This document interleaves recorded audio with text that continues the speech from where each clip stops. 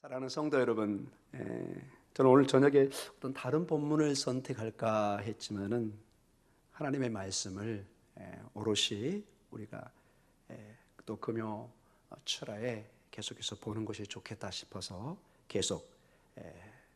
제가 계속 말씀을 이어가고 있습니다. 오늘 본문을 묵상하면서 사실은 오늘 우리가 읽었던 본문은 신학교에서 주로 이 목회자 후보생들, 목회자에게 주는 중요한 말씀 중에 하나고, 동시에 이 교회의 성도들에게도 큰 도전의 말씀입니다. 교회는 어떤 면에서 이 교회의 지도자와 성도들이 하나 되어서 이 땅에 하나님의 나라를 확장하고 하나님의 영광을 돌리는, 이 두 관계는 뗄래야 뗄 수가 없는, 마치 사도 바울과 오늘 여기 울면서 작별하는 장로들과 뗄래야 뗄 수 없는 관계 속에서 때로는 헤어짐에 목 놓아 우는 그런 모습을 보게 됩니다. 특별히 우리는 이 고난 주간에 예수 그리스도의 그 고난을 묵상합니다. 우리가 이 주님을 믿고 신앙한다는 것이 무엇인가를 다시 한번 우리가 생각해 보는 그런 도전의 시간이 있기를 간절히 기도합니다. 왜냐하면 특별히 우리 한국교회는, 우리 대한민국은 5,000년의 역사로 생각한다면 수많은 종교들이 있었고 토속 종교들이 있었습니다. 그래서 우리가 이 신앙을 받아들일 때 우리는 본능적으로 우리의 조상들이 믿었던 신앙관과 어떤 축복관을 그대로 성경에, 하나님의 말씀에 투영할 때가 많습니다. 그래서 어떤 면에서 예수 믿는 것이 축복, 모든 문제 해결, 그 이상한 생각하지 않습니다. 그것이 중요하지 않는 건 아니지만, 그러나 이 하나님의 말씀에서 강조하는, 사도 바울이 오늘 강조하는 것은 모든 것이 예수 그리스도의 말씀과 그 복음 속에 그 고난의 주님을 통한 하나님의 나라의 새로운 것을 제시하는, 그 주님 안에 있을 때 우리의 모든 삶의 축복도, 생명도, 우리의 희망도, 소망도, 모든 것이 가능한 것을 얘기합니다. 마치 여러분, 우리가 이 주님이 없이 얘기하는 것은 마치 호흡을 하지 않는 사람이, 죽은 사람이 꿈을 꾸는 것과 마찬가지입니다. 죽은 사람이 내일을 생각하는 거라고 마찬가지입니다. 아무런 의미가 없습니다. 그러나 이 예수님 안에 있는 사람은 마치 우리가 생명의 호흡을 하는 거나 마찬가지입니다. 이 호흡하는 사람에게는 이제 미래가, 현재가, 꿈이, 생명이, 소망이 주어지고 있습니다. 예수 그리스도를 가장 잘 이해했다고, 그리고 그분을 직접 만났던 사도 바울의 모든 고민은 이 오롯이 예수 그리스도에 맞춰져 있는 것을 보게 됩니다. 자꾸의 우리 한국교회와 우리 현실을 보면은 오늘 우리가 읽는, 우리가 잠깐 짧게 살펴볼 말씀은 매우 중요한 시사점을 주고 있는 것을 보게 됩니다. 한국교회는 지금 매우 위험한 상황에 있습니다. 우리 내부적으로 외부적으로도. 제가 잠깐 자료를 보니까 자신을 재림주나 하나님이라고 외치는 사람이 더 있을 수도 있겠지만 약 한 40명 정도가 한국에 있습니다. 본인을 재림주라고 얘기를 하고 본인을 하나님이라고 이렇게 주장하는 사람들입니다. 그리고 이단의 단체, 이 종교단체가 약 한 200개 정도 파악이 되고 있습니다. 생각보다 많습니다. 여러분, 우리 교회 주변에도 여러분 있는 거 아시죠? 그리고 이 이단에 속한 종교인들이, 종교인이라고 좀 표현하기도 그렇지만은 이 사람들이 약 한 200만 명 정도 추정이 되고 있습니다. 매우 많은 숫자입니다. 이러한 현상이 우리 교회, 한국교회에, 우리 교회는 없으라는 법이 없다는 것입니다. 우리가 하나님의 말씀에 바로 서 있지 않으면, 여기 보면은 29절에 사나운 이리가, 늑대가 와서 우리를 갈기갈기 물어서 찢어버리고 말 것입니다. 이 하나님의 교회를 파괴하고 말 것입니다. 이 교회가 파괴되면 곧 우리의 믿음의 공동체가 파괴되어 버리는 것입니다. 마치 우리가 살 집이 없는 것입니다. 살긴 살되 세상에 마치 거렁뱅이처럼 저 길거리에서 광야에 돌아다니면서 살아야 되는. 그래서 오늘 이 말씀이 사실은 매우 이 감독자들, 교육자들에게, 목회자 후보생들에게 집중됐다고도 할 수 있지만은 그 지도자와 함께하는 교회와 그 성도들이 어떠한 목사를, 어떠한 교회를 꿈꾸고 가야 될 건가를 우리가 이 말씀을 통해서 도전을 받으면서 우리의 남은 인생이 어떠한 교회를 꿈꾸고 어떠한 하나님이 기뻐하신 뜻을 추구해야 될 건가를 우리가 한번 도전을 받는 시간이 되기를 간절히 축원합니다. 이것이 여러분 곧 우리의 삶의 축복의 출발입니다. 하나님과의 관계, 교회와의 관계가 바로 성립되어 있지 않으면 모든 질서가 깨져버리기 시작합니다. 세상에서도 여러분 병원에 가면 우리의 모든 어떤 건강의 체계가 깨져버리면, 세상 말로 이 기가 통하지 않으면 우리 몸에 병이 온다고 세상의 침술가나 의사들도 얘기하는 걸 보게 됩니다.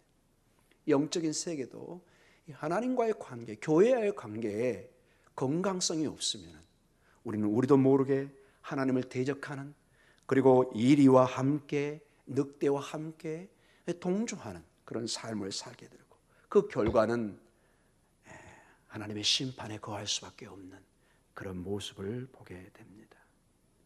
십자가에 돌아가신 주님, 우리를 사랑하기 위해서 순전히 우리의 구원을 위해서 그 일을 하셨습니다.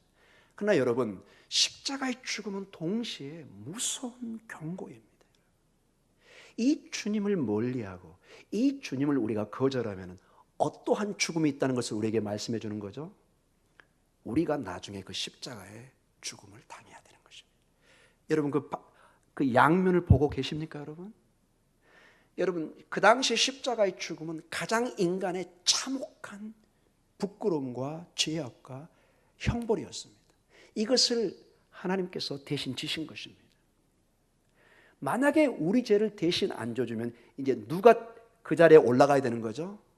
내가 그 자리에 올라가야 되는 것입니다. 그래서 믿음이라는 것은 때로는 굉장한 양날의 칼과 같습니다. 그래서 우리가 정말로 가까운 이웃이나 가족을 복음을 위해서 노력하는 것입니다.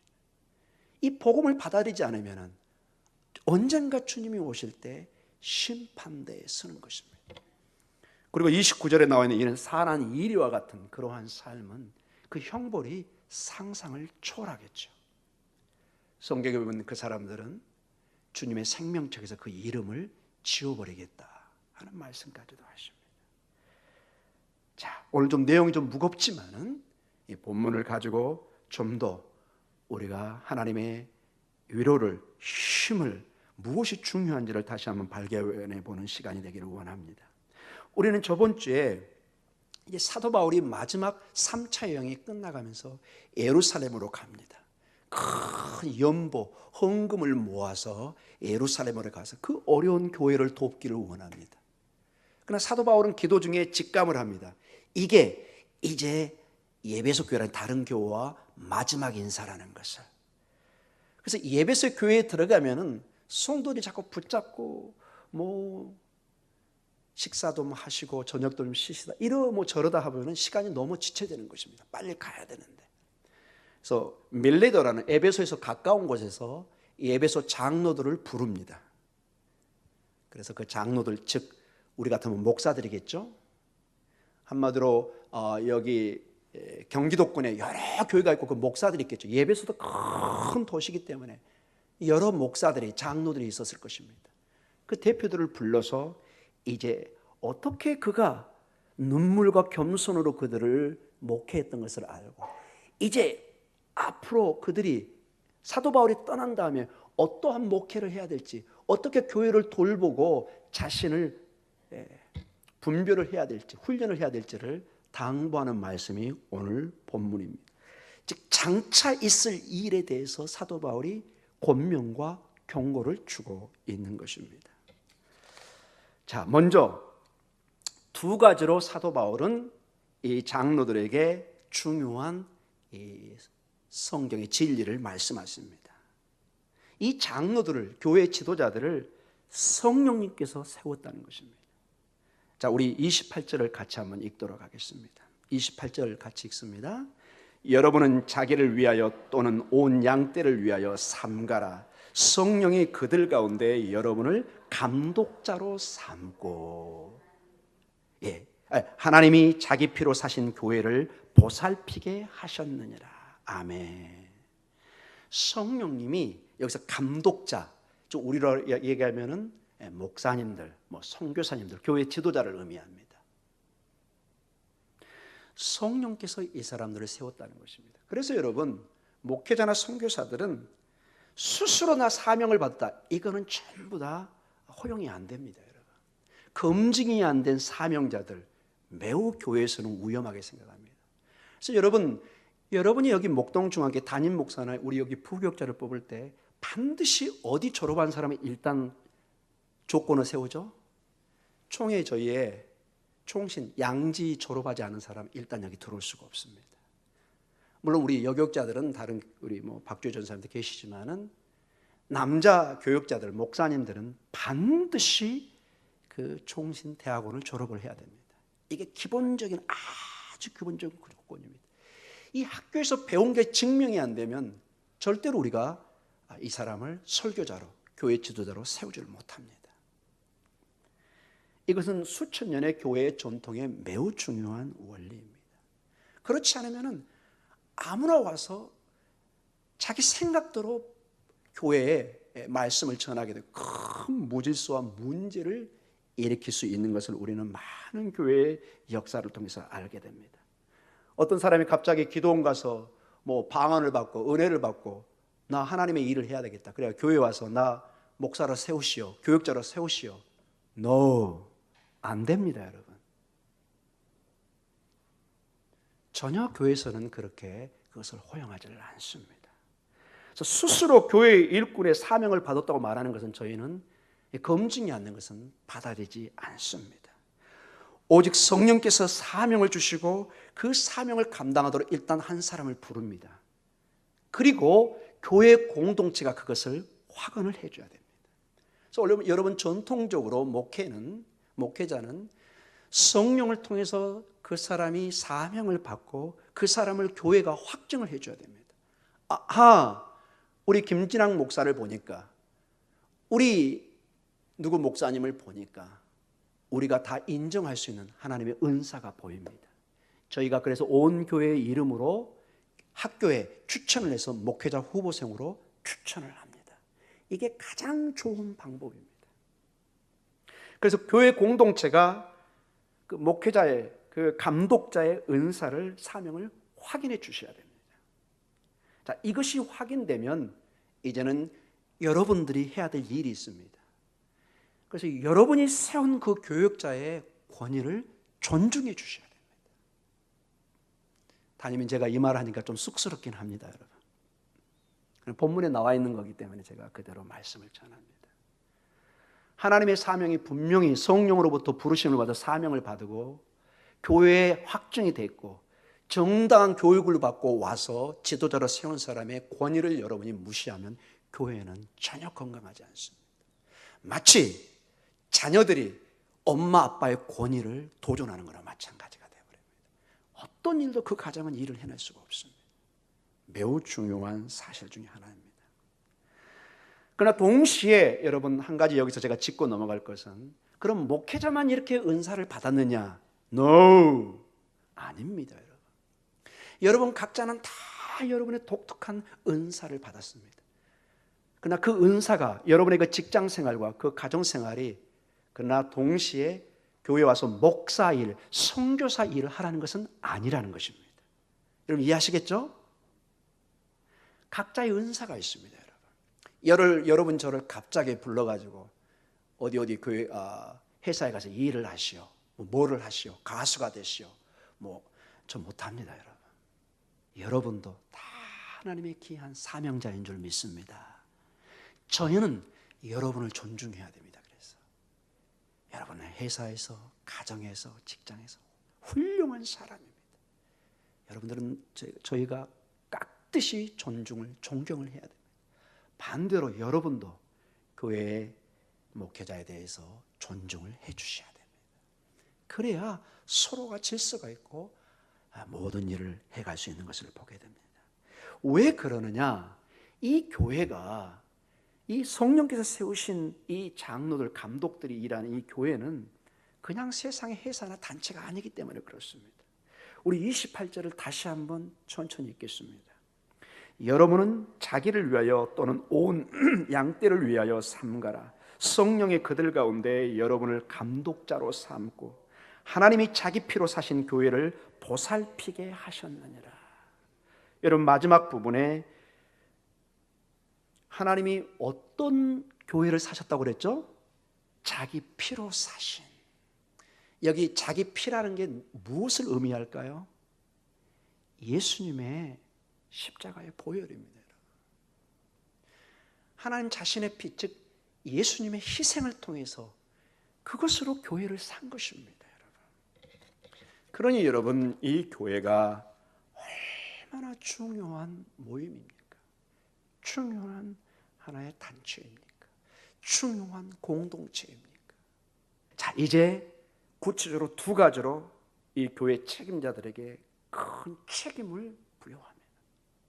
이것은 저희가 학교에서 정말 귀에 못이 박히도록 듣는 디모데 전후서와 이 사도행전 20장의 이 본문을 매일 너희가 교회에 가서 목사로서 어떻게 살아야 될 것인가, 이 말씀을 저희가 배웁니다. 저도 여기서 크게 회개하는 마음으로 이 마음을 대하고, 여러분들도 여러분의 목사가, 여러분의 지도자가 이런 사람이 될 수 있도록 기도해 주시기 바랍니다. 먼저 자신을 삼가야 됩니다. 자신을 살펴보는 사람입니다. 자신을 분별하는 사람입니다. 여기 28절을 다시 한번 읽도록 하겠습니다. 오늘 28절이 매우 중요합니다. 같이 읽습니다. 28절. 여러분은 자기를 위하여 또는 온 양떼를 위하여 삼가라. 삼가라. Watch your life. 너의 인생을 지켜보라. 살피라. 모든 게 포함되어 있는 얘기입니다. 자신을 살피지 못하는 삶, 자신을 돌아보지 못하는 삶, 자신을 점검하지 못하는 그런 지도자, 매우 위험합니다. 목회자의 삶에 중요한 것은 경건의 삶입니다. 아무리 제가 능력 있고 달변을 하고 천사의 방언을 하고 하늘에 불을 떨어지는 능력을 행해도 저에게 거룩한 삶이 없으면 말짱 헛겁니다. 여러분, 교회의 역사에 위대한 설교자들이 많이 있었습니다. 위대한 은사를 받은 사람이 많이 있었습니다. 깜짝 놀랄 정도로 1분이 안 돼서 온 성도가 그냥 영혼이 쏙 빠지도록 이렇게 은사를 가진 사람이 있습니다. 근데 그 사람들의 기록들을 우리가 역사에 보면은 이 경건의 능력을 지키지 못하게 해가지고 비참한 말로를 보내는 사람이 의외로 많습니다. 부족한 저를 위해서 기도해 주시기 바랍니다. 너무 유혹이 많습니다. 여러 가지로 넘어질 일이 많습니다. 디모데 전서 4장 12절과 16절에는 목회자가 그냥 저절로 되는 것이 아니라 꾸준히 노력을 하고 분투해야 될 것을 눈물로 믿음의 아들 디모데에게 사도 바울이 주는 편지가 있습니다. 같이 한번 읽어볼까요? 어떤 사람이 목사의 삶이고 목회자가 돼야 될 것인지, 목사가 돼서도 어떻게 꾸준히 노력을 해야 될 것인지 한번 같이 보도록 하겠습니다. 12절부터입니다. 누구든지 내 연수함을 업신여기지 못하게 하고 오직 말과 행실과 사랑과 믿음과 정절에 있어서 믿는 자에게 본이 되어 내가 이를 때까지 읽는 것과 권하는 것과 가르치는 것에 전념하라. 내 속에 있는 은사 곧 장로의 회에서 안수받을 때 예언을 통하여 받은 것을 가볍게 여기지 말며 이 모든 일에 전심전력하여 너의 성숙함을 모든 사람에게 나타내게 하라. 내가 내 자신과 가르침을 살펴 이 일을 계속하라. 이것을 행함으로 내 자신과 내게 듣는 자를 구원하리라. 아멘. 정말로 목회자는 끊임없이 자기를 살피며 경건의 연단을 해가야 됩니다. 15절에 전심전력하라. 즉 최선을 다해야 됩니다. 영적인 부분에서 매일 기도만 하는, 이것도 문제입니다. 여러분, 이게 오해가 없길 바랍니다. 말씀은 연구하지 않고 오로지 기도원 가서 기도만 한다. 그거 건강하지 못합니다. 반대로 기도는 하지 않고 오직 도서관에 가서 공부만 하고 있습니다. 이것도 문제입니다. 이 영성과 이 실력을 같이 갖출 수 있도록 하나님의 말씀에 전념하고 기도에 전념하면서 연약한 성도들을 위해서 끊임없이 말씀으로 권면하고 기도해 줄 수 있는 그 실력과 영역을 키워가야 되는 것입니다. 이게 목회자입니다. 자신을 삼가하는 삶, 우리 목회자들, 저에게는 엄격한 잣대를 대야 됩니다. 그러나 성도에게는 목사는 한없이 사랑이 있는, 저도 노력을 합니다. 많이 웃으려고 하고 괜히 실없는 농담도 좀 하고 성도들한테 한없이 좀 커야 됩니다. 여러분의 삶을 점검하는 그런 삶이 있기를 또한 부탁드립니다. 신앙의 삶은 나를 점검해 봐야 됩니다. 하나님의 말씀. 그래야 나의 위치를 볼 수 있습니다. 이게 점검이 안 되면 어떤 사람이 좋은 면에서 권면을 할 때 이걸 잘 못 받아들입니다. 두 번째로 이 감독자에게, 지도자에게 부탁하는 것이 양들을 돌보라는 것입니다. 교회의 지도자들, 교회의 목사들에게 가장 중요한 것은 맡긴 양떼를 잘 돌보는 것입니다. 다시 우리 28절로 다시 돌아가겠습니다. 같이 읽을까요?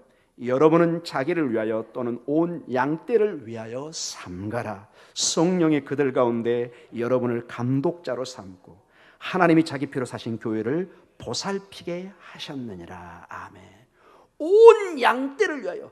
왜 목사가 경건의 삶을, 조심의 삶을, 노력의 삶을, 최선을 다하는 준비를 해야 되냐? 거기에 목적이 있습니다. 양들을 잘 돌보는 것입니다. 양들이 병들지 않도록, 양들이 배고프지 않도록, 양들이 근심하지 않도록. 이제 곧 29절에 보면 사놓는 이리가 올 때, 이게 준비가 안 돼 있으면은 먼저 이 싹꾼은 도망갑니다. 여러분, 싹꾼이란 말 들어보셨죠? 싹꾼이 다른 뜻이 아니라 돈을 주고 사온 사람을 의미합니다. 예수님 당시에 양이 약 한 100마리가 넘어가면 한 사람이 보기가 힘듭니다. 또 그 주인이 다른 일도 할 수 있고, 그래서 동네 아이들이나 청년들을 이렇게 돈 몇 푼을 주고 하루에 이렇게 보게 합니다. 이게 싹꾼이라는 말입니다.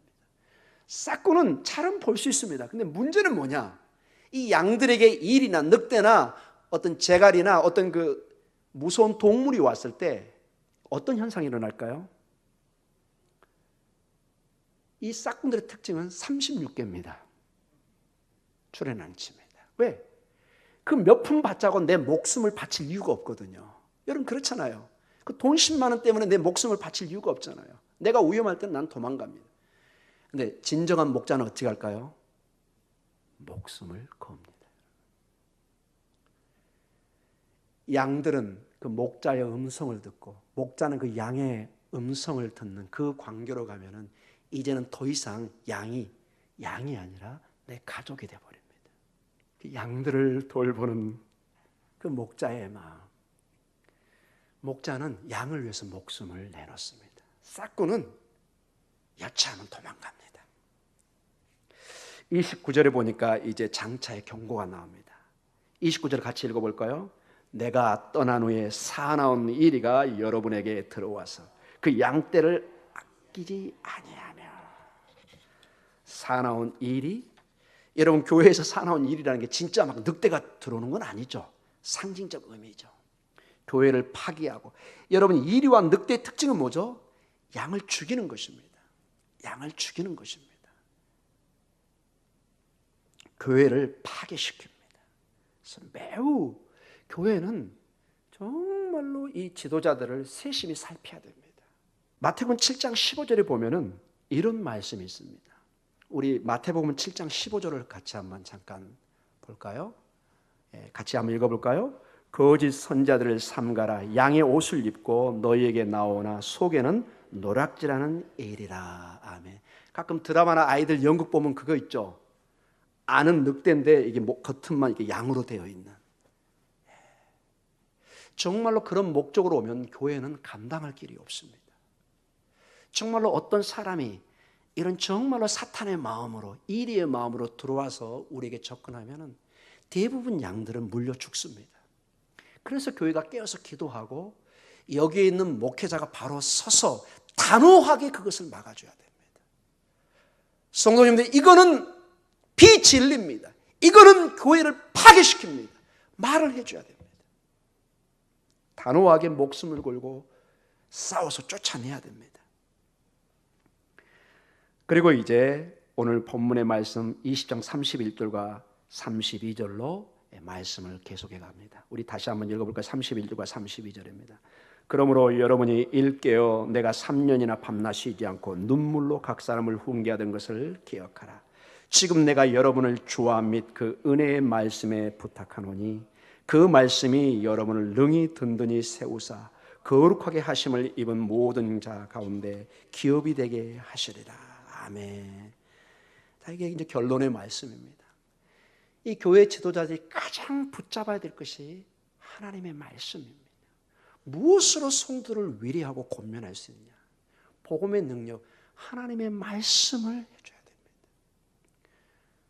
밥을 먹여줘야 됩니다. 하나님의 말씀, 오늘 32절에 보니까 지금 내가 여러분을 주와 및 그 은혜의 말씀에 부탁하오니 그 말씀이 여러분을 능히 뭐하죠? 든든히 세워갑니다. 하나님의 말씀만이 나를 세워갑니다. 마치 우리가 어른들이 얘기를 하죠. 밥심으로 산다. 지금이 하도 먹을 게 많아서 안 그렇지만 옛날 시골에서는 밥을 많이 먹어야 그 사람은 건강하고 일을 할 수 있는 사람. 그래서 여러분 그릇도 이만했고 밥도 막 이렇게 위에 세웁니다. 여러분 그 밥심으로 일도 하고 농사를 짓는 교회는 이 하나님의 말씀으로 서 있는 것입니다. 말씀의 능력으로 우리를 든든하게 세운 것입니다. 그래서 여러분 교회는 말장난이나 세상의 유머로 하는 것이 아니라 오직 권능의 말씀을 선포하고 어찌하든지 성도들이 이 말씀 안에 은혜를 받게 해야 됩니다. 말씀으로 능력을 받게. 오로지 저는 여기 서 있는 목사는 오로지 기도 가운데 하나님의 말씀이 풍성히 여러분에게 나타날 수 있도록. 왜냐? 다른 거는 다 일시적이에요. 풀은 마르고 꽃은 지지만 뭐만 영원히 서 있죠? 여호와의 말씀만 서 있어요. 세상 것은 당장은 화려하고 좋아 보여요. 그러나 이건 견고하지가 않아요. 곧 깨져버리고 넘어지고 쓰러집니다. 하나님의 말씀만이 영원히 내 영혼을, 내 마음을 붙잡고 나를 영원한 희망으로, 영원한 생명으로 인도해 주는 것입니다. 오늘 32절에 그 말씀이, 즉 복음의 말씀이, 즉 예수 그리스도의 복음의 능력이 능히 든든히 세웁니다. 그게 약해 보이고 어리석어 보이지만 나중에 돌이켜보고 교회의 역사를 보니까 부수적인 모든 건 다 떨어져 나갔습니다. 오직 하나님의 말씀을 지키는 교회만이 2000년 역사에 오롯이 남아있는 것입니다. 교회의 역사가 이 복음의 능력을 증거하고 있습니다. 사랑하는 성도 여러분, 오늘도 이 말씀의 능력을 붙드시기 바랍니다. 이 말씀의 능력 안에 오늘 기도하시기 바랍니다. 여러분 어떠한 기도의 제목으로 오셨습니까? 어떠한 문제로 여러분 고민하고 계십니까? 말씀의 능력을 붙잡으면 그 말씀의 능력은 우리를 든든히 세워서 담대한 자로 세울 줄 믿습니다. 여러분 담대한 자가 누군가요?